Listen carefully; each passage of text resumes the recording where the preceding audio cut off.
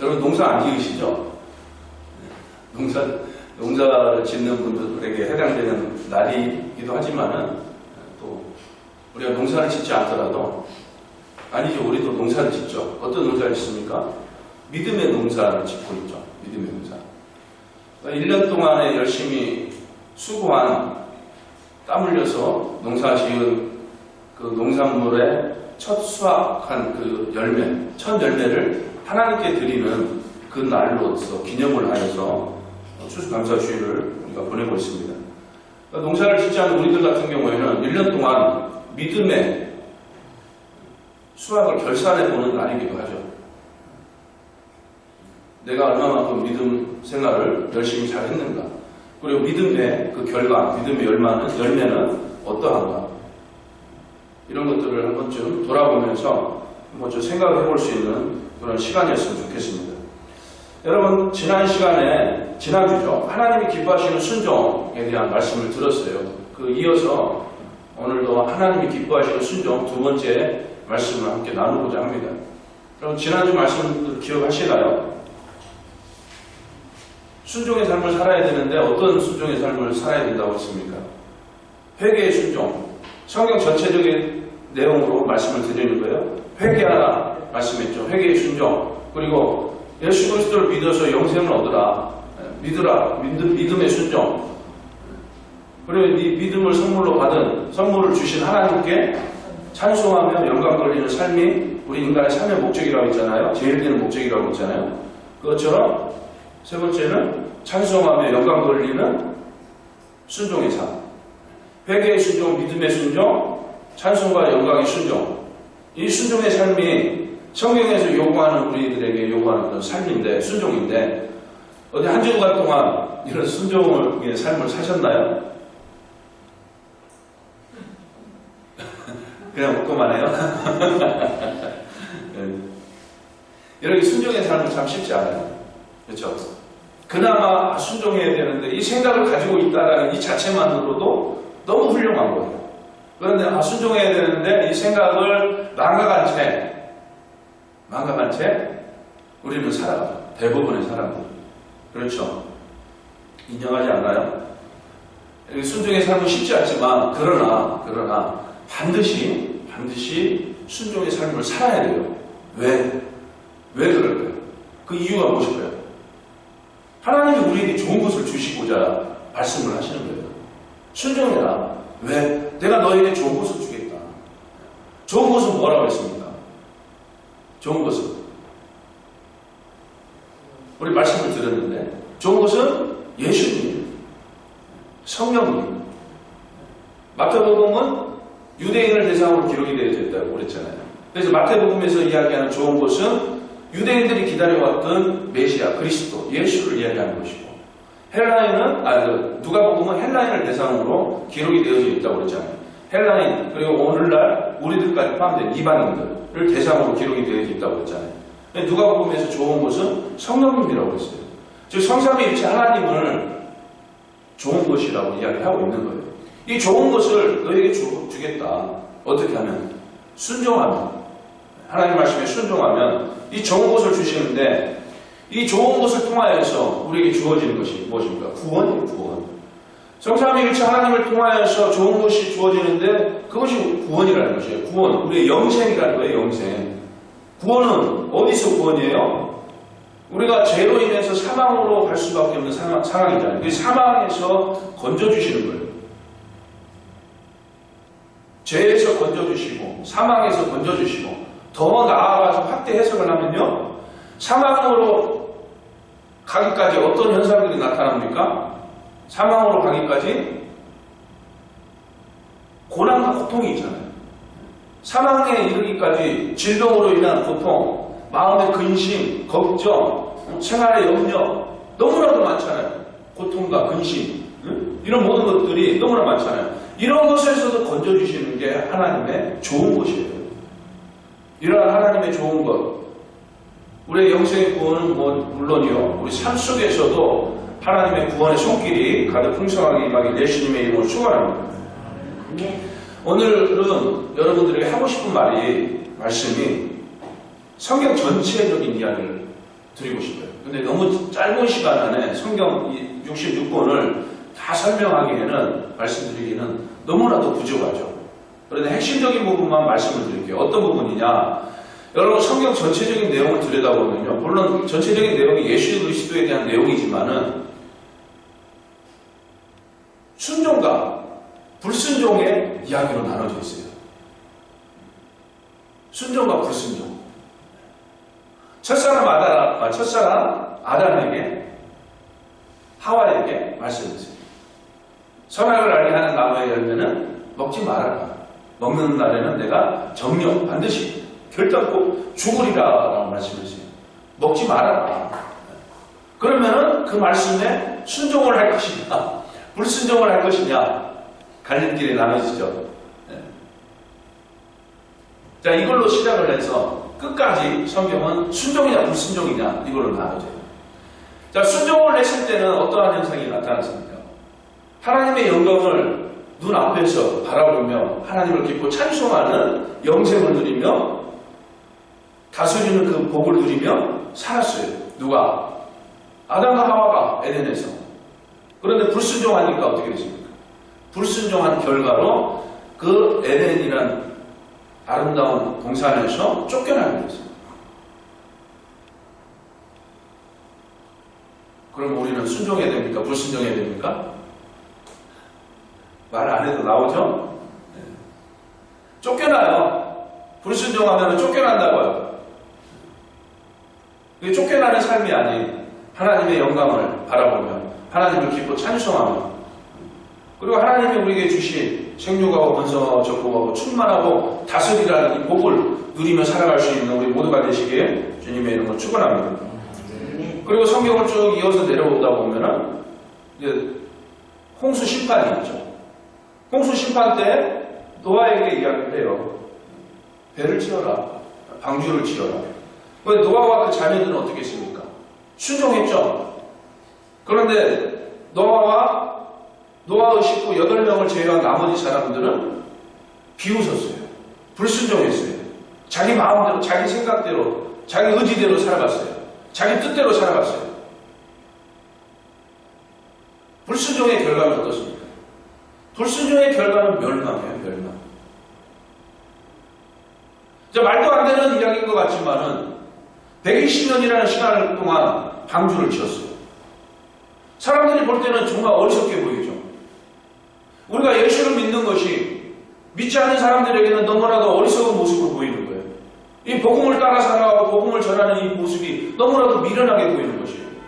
그러나 우리는 하나님 말씀에 순종하고 있는 것이에요. 이 순종의 결과는 영생이라는 것을 믿으시기 바랍니다. 순종의 반대, 불순종의 결과는 멸망이라는 것을 믿으시길 바랍니다. 그리고 또 쭉 내려와 보면 이제 족장 시대로 넘어와요. 족장에 대표적으로 아브라함과 이삭과 야곱이 나옵니다. 이 야곱이 때로는 인간적인 그 연약한 모습의 인간의 모습을 나타내기도 했지만 그들의 전반적인 삶 속에서 나타난 것이 무엇이었습니까? 하나님 말씀의 순종이었어요. 하나님 말씀의 순종. 하나님이 무엇을 이야기했습니까? 내 씨에서 메시아가 나올 것이고 이야기했고, 그 말을 어떻게 믿어요? 어떻게 믿어요? 그러나 아브라함과 이삭과 야곱은 믿었어요. 그 말씀에 순종했어요. 내 자손이 하늘의 별과 같고 땅에 모래알 같다고 말씀했어요. 이 말씀을 그대로 믿고 따랐어요. 그 결과, 그 말씀 그대로 그의 씨에서 예수 그리스도가 나오게 되셨고, 또 그의 자손들, 우리들 또한 영적인 그의 자손들이 되지 않습니까?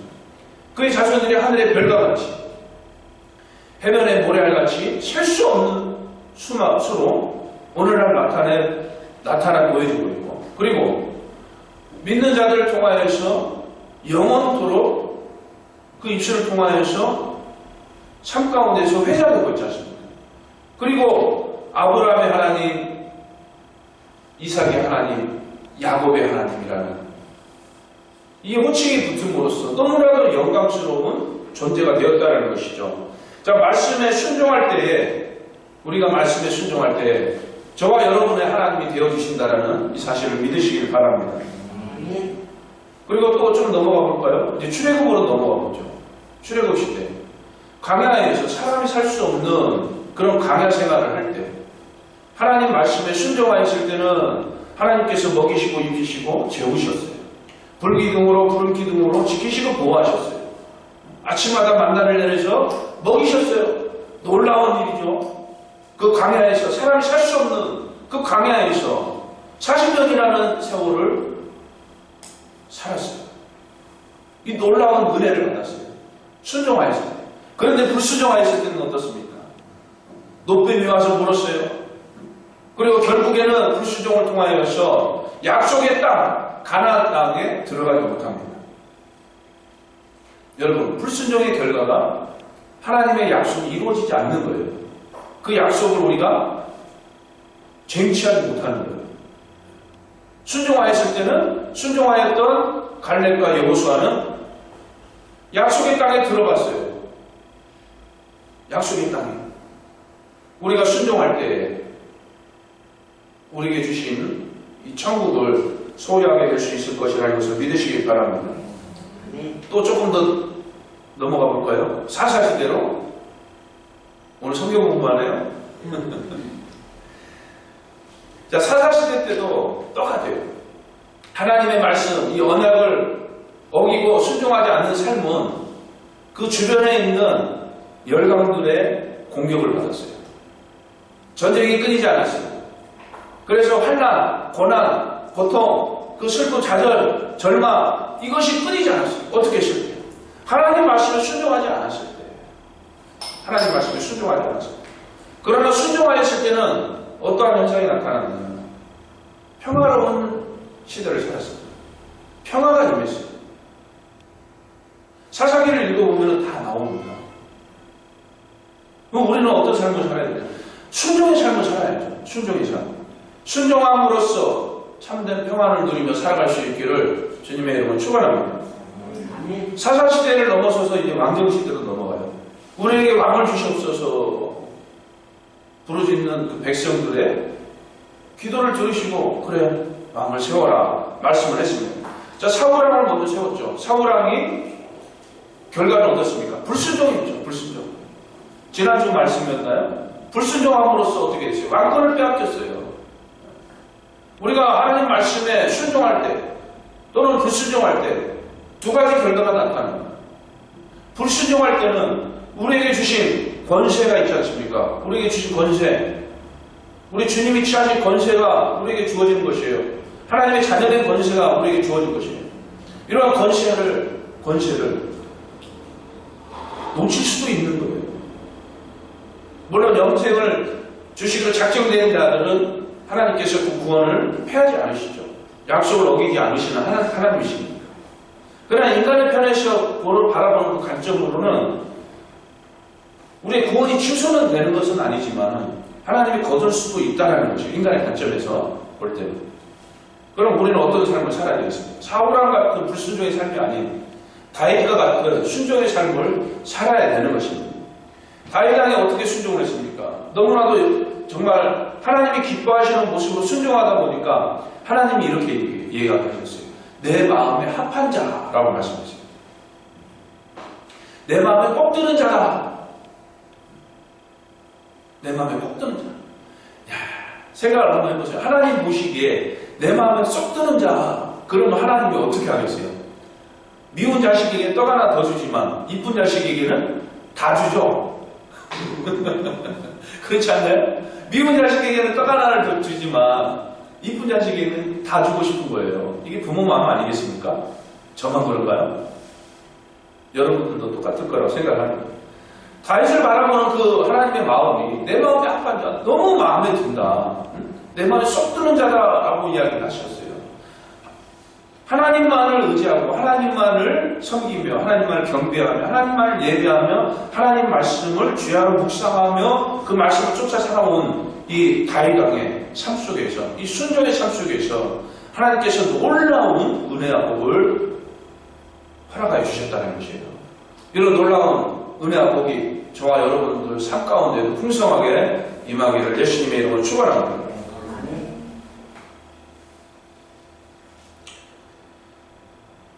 그런데 이 순종함으로써 얻은 이 복을 왕국에 와서 무너지게 되죠. 자, 왕정 시대를 넘어서서 이제 분열 왕국 시대로 넘어갑니다. 물론 솔로몬 왕 초기에는 하나님의 기쁨이요 영광이었어요. 하나님 1,000번 제를 드리면서 하나님이 지혜를 주셨고 또 구하지 아니한 것까지 너에게 주시겠다 말씀을 하시고 정말 너무나도 큰 복을 허락하여 주셨어요. 그런데 솔로몬 말년에 산당을 짓고 우상을 섬기는 이런 불순종의 삶을 살게 됩니다. 그 결과 어떤 결과가 나오느냐. 자, 하나님이 놀라운 은혜를 부어주었는데 정말 큰 은혜를 받았어요. 그런데 그 은혜를 저버리고 하나님이 싫어하는 그 우상을 섬기는 모습 속에 하나님이 진노하시죠. 하나님이 은혜를 조금 부어줬다면 또 이야기가 달라질 수도 있겠지만 너무나도 큰 은혜를 받았는데 그 결과는 나라가 찢어지는 결과가 나오죠. 남유다와 북이스라엘로 나눠지는 그런 아픔이 주어집니다. 남유다는 솔로몬 왕의 아들인 르호보암이 왕권을 차지합니다. 그리고 북이스라엘은 여로보암이 첫 왕권을 차지해서 두 나라가 나눠져서 우리나라 남북이 분단된 것처럼 서로 싸우는 그런 상황에 놓이게 됩니다. 그런데 이제 북이스라엘을 다스렸던 여로보암 왕부터 시작을 해서 19명의 왕들이 통치를 해요. 19명의 왕들이 통치를 하는데 어떤 삶 속에서 통치를 하느냐? 불순종의 삶이었습니다.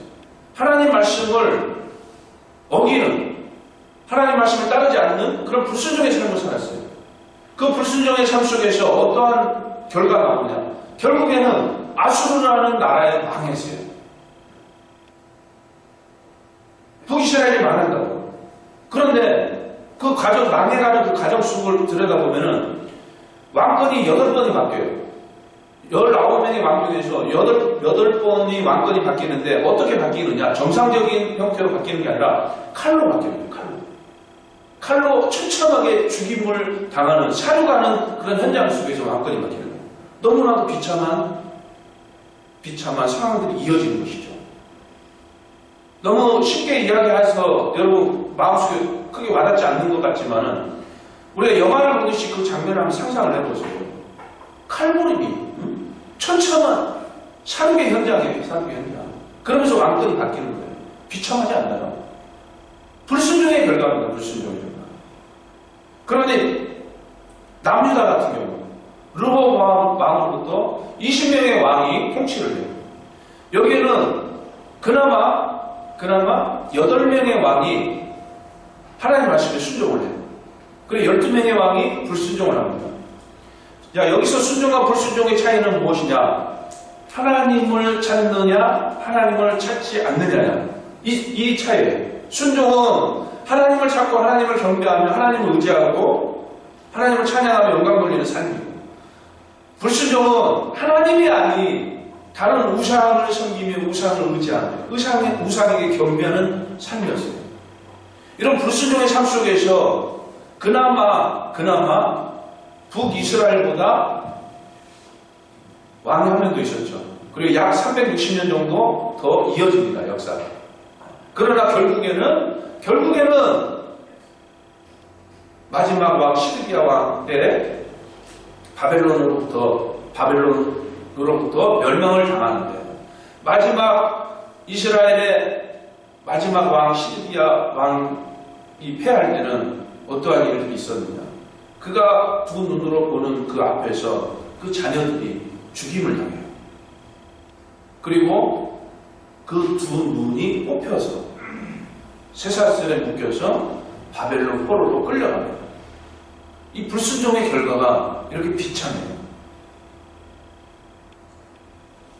말씀에 순종하지 않는 것은 죄라는 것을 잊지 마시기를 바랍니다.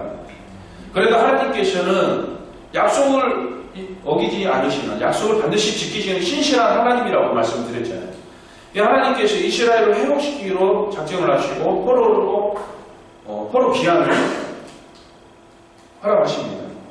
포로로 귀환하여서 하나님께서 말씀하셨어요. 성전을 재건하라. 성전벽을 제거하고 거기에 따라서 순종을 했어요.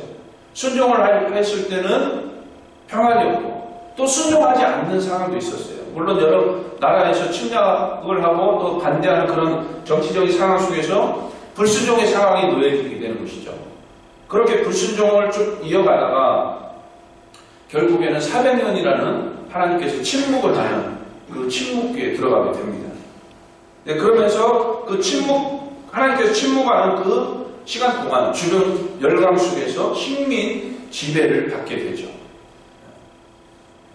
페르시아로부터 그리고 나중에는 로마에 이르기까지 자유가 없는, 주권이 없는, 주권을 상실한 그런 식민 지배를 받는 그런 삶을 살았어요. 어떤 결과 때문에? 불순종의 결과 때문에.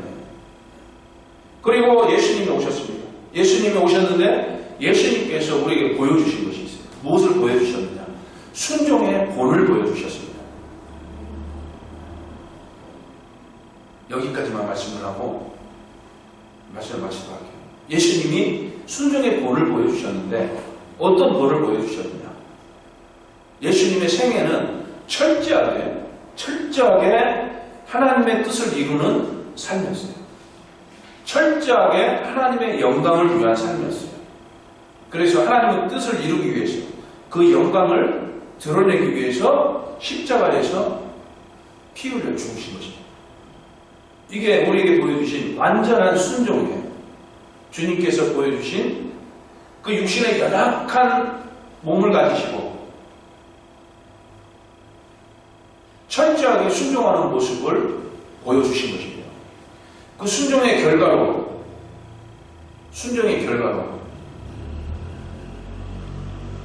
하늘의 권세, 땅의 권세를 취하셨습니다. 그리고 만왕의 왕으로 자리하게 되신 것입니다. 여러분, 우리는 우리 삶 속에서 항상 갈림길에 놓입니다. 순종이냐 불순종이냐.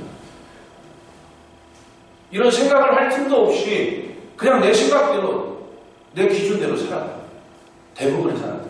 시간이 가면 갈수록 더해져요. 왜? 세상이 빠르게 돌아가기 때문에. 지식이 빠르게 왕래하고 세상이 너무나도 빠르게 흘러가요. 거기에 속도를 맞추다 보니까 이거 생각할 틈이 없는 거예요. 하나님과 생각할 틈이 없는 거예요. 그러다 보니까 자연스럽게 불순종의 삶이 사는 거예요. 그러면서 합리화시켜요. 자꾸. 내가 예수를 믿으니까 이 정도면 돼요. 내가 예수를 믿으니까 이 정도면 돼요. 이것 또한 불순종이라는 것을 우리가 잊지 말아야 될 것입니다. 우리가 순종해야 될 것은 말씀에 대한 순종인데 그 말씀 속에서 이야기하고 있는 게 있어요. 지난주에 말씀드렸던 그리고 서두에 말씀드렸던 회개의 삶이고 믿음의 삶이고 하나님을 찬송하며 영광 돌리는 삶이고